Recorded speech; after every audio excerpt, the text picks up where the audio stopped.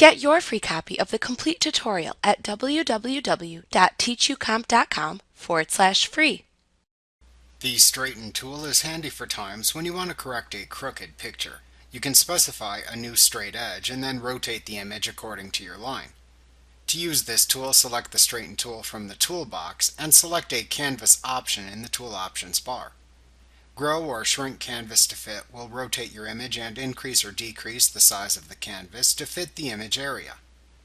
Crop to remove background will cut off any background canvas outside the image area. Crop to original size will rotate the image but not cut off any background canvas. If you want all of your layers rotated, then select that option. You can also select the Autofill Edges checkbox, which automatically fills the edges with relevant data from the photograph, attempting to fill the empty space with contents from the image. Finally, draw your new line in your image that represents the new straight edge. When you release your mouse button, your image will be straightened.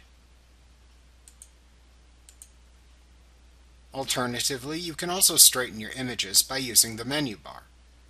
Select Image, Rotate, Straighten Image, or Image, Rotate, Straighten and Crop Image, depending on which one you want to do.